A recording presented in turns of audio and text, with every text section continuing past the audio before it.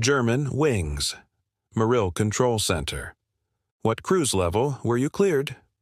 For Germanwings, this is Mars. Control Center, please answer the Mars Control Center. Attempted to communicate with the crew, but received no response in a tragic event that shook the world. A Germanwings A320 was hijacked and steered toward the French Alps by its co-pilot, while the captain was temporarily absent from the cockpit. Open the door. Open the door. Open the door. Let me in. The captain attempted to reach the co-pilot through the intercom, but also received no response.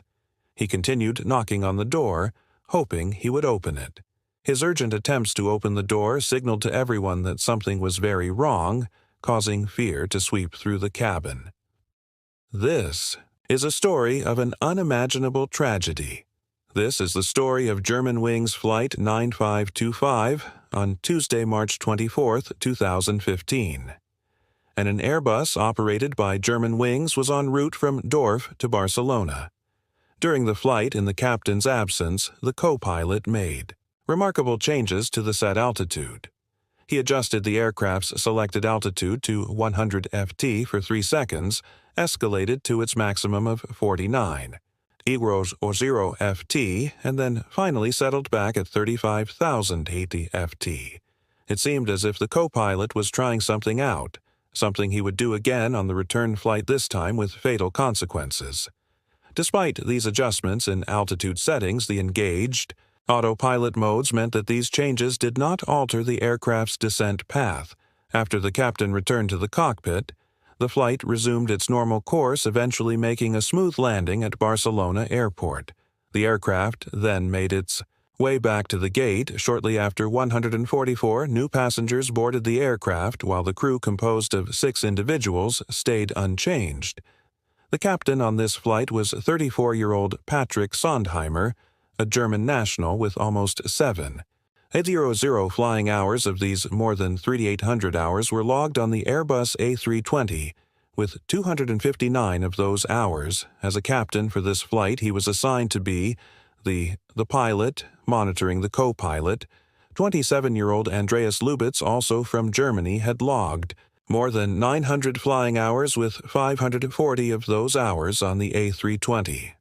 Andreas was the pilot flying for this journey. From a young age, he had a lifelong dream of becoming a pilot. At the age of 14, he joined the local gliding club, where he obtained his gliding license. 2 years later, however, this wasn't enough to satisfy. By his passion for the skies, on the 1st of September 2008, he started his basic training at the Lufthansa Flight Training Pilot School in Bremen.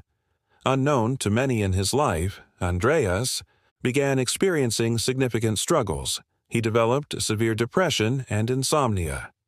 At one point, he even contemplated suicide, seeking help. He consulted a psychiatrist alongside therapy and relaxation techniques. Andreas was prescribed an antidepressant.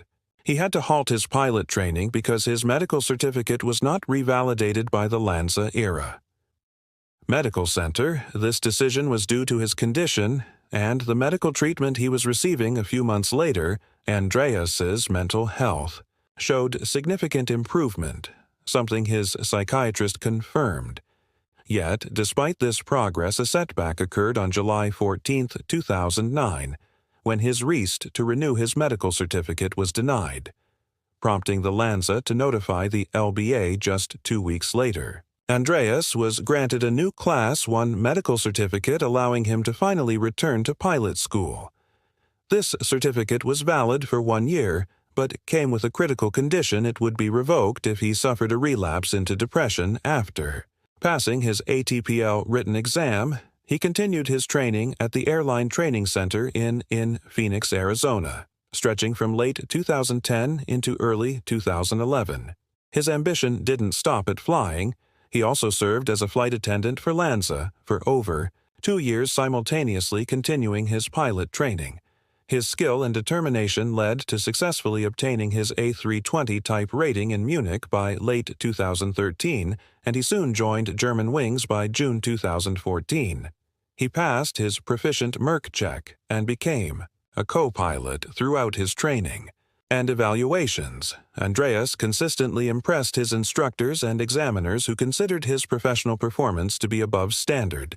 In late 2014, Andreas's mental health worsened with vision and sleep issues, prompting him to consult several private physicians. By early 2015, he had received sick leave certificates and medication for a psychosomatic and anxiety disorder.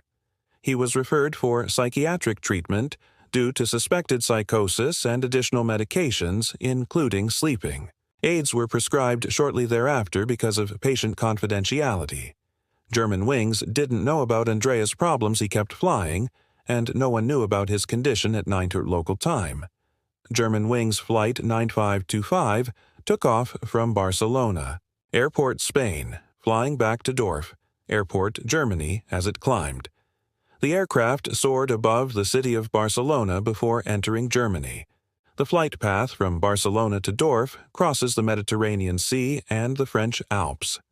This flight usually lasts 2 hours and 15 minutes. After about 30 minutes of climbing, the aircraft reached its cruising altitude of 38,000 ft, settling into a steady flight path toward its destination.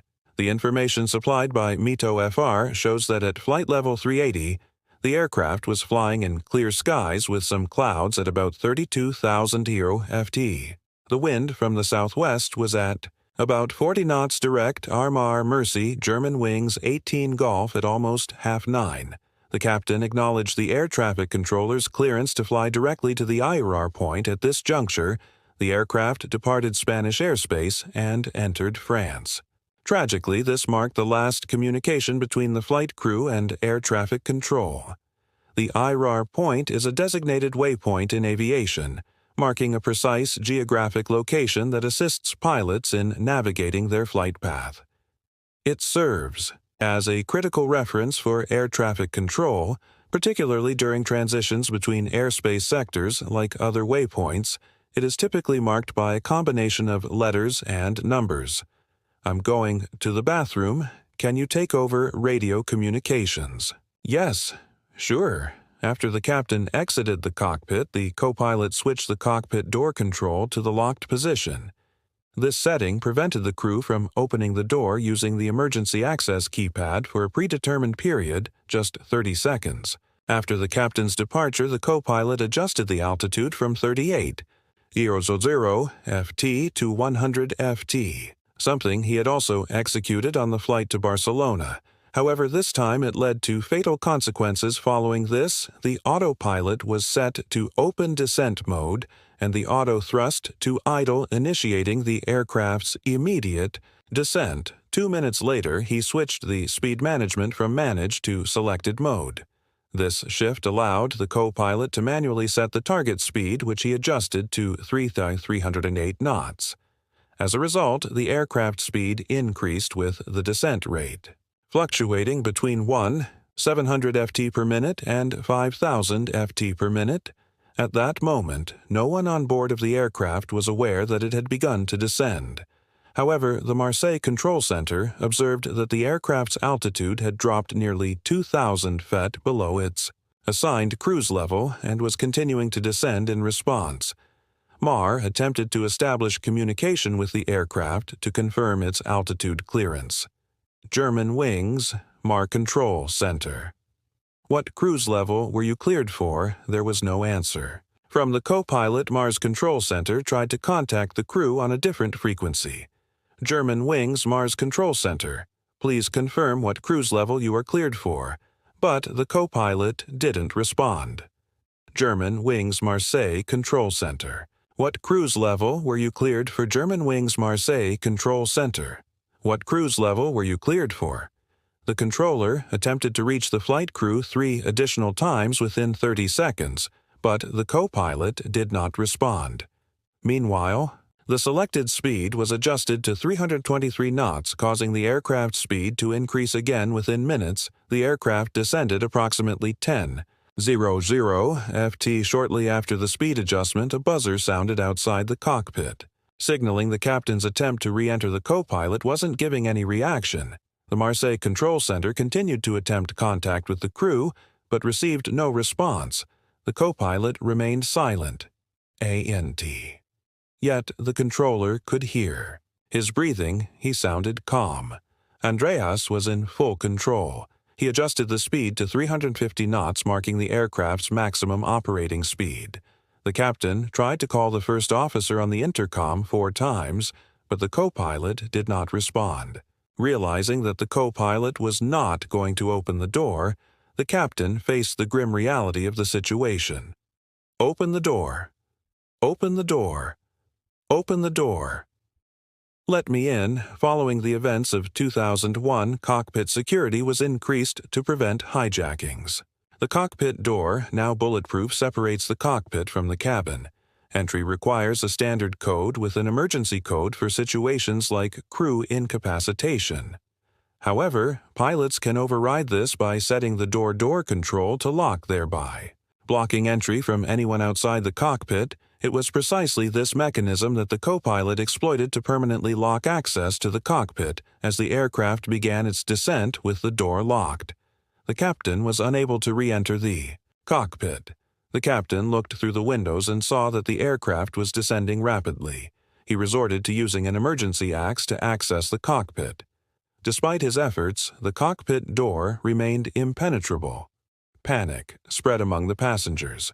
When they saw and heard the captain shouting to get the door open, the captain's urgent cries made everyone realize something was very wrong, causing fear to sweep through the cabin. Open the goddamn door. Open the door. Now let me in. The Marseille Control Center, along with an air traffic controller from the French air defense system, attempted to establish contact with the flight crew, but never received a response.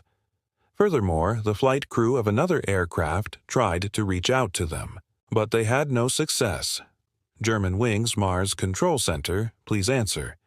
A French military jet was dispatched from the Orange Catat Air Base in a rapid attempt to intercept the aircraft. However, the situation had already escalated to a critical point. The aircraft had descended below 7.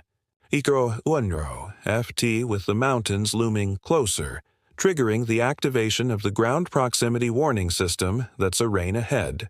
Open the door, terrain, ahead, the pull, music, up terrain, ahead, pull open the door, terrain, ahead, open the door, music.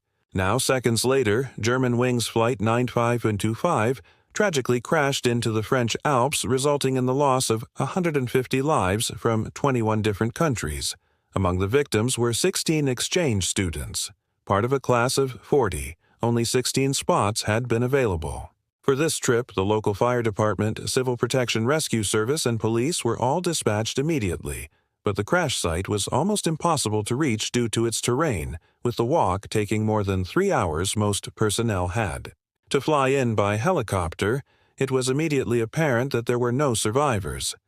A few days following the crash, a vigil took place in the Swiss Alps. Families released balloons into the sky, one for each victim. Let's take a moment of silence for them before we continue with the investigation part on March 26th.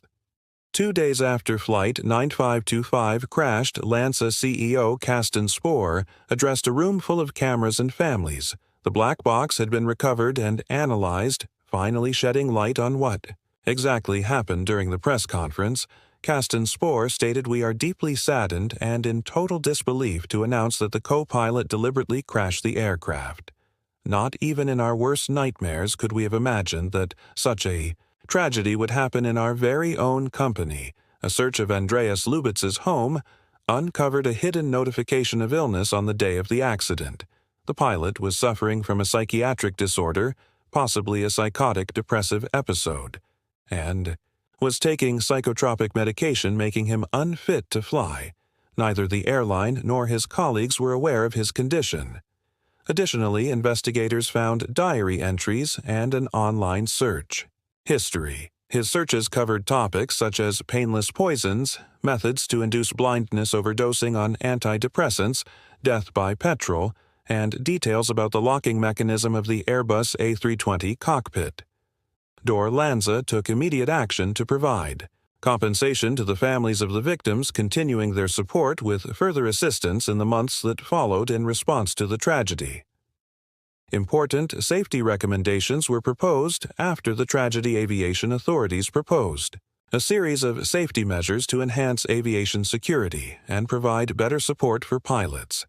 These measures initially introduced a temporary TWIRS rule in the cockpit, which was subsequently revoked. Recommendations also included conducting psychological evaluations for pilots, implementing random drug and alcohol testing, and ensuring stricter oversight of aeromedical examiners.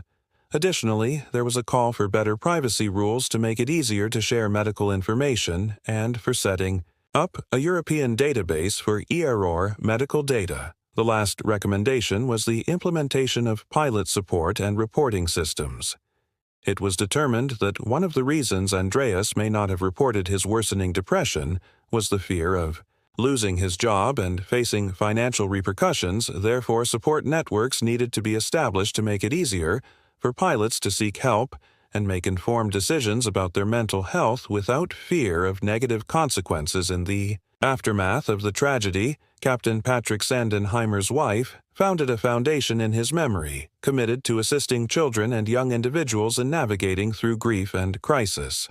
He dedicated his final moments to courageously trying to save the aircraft and its passengers.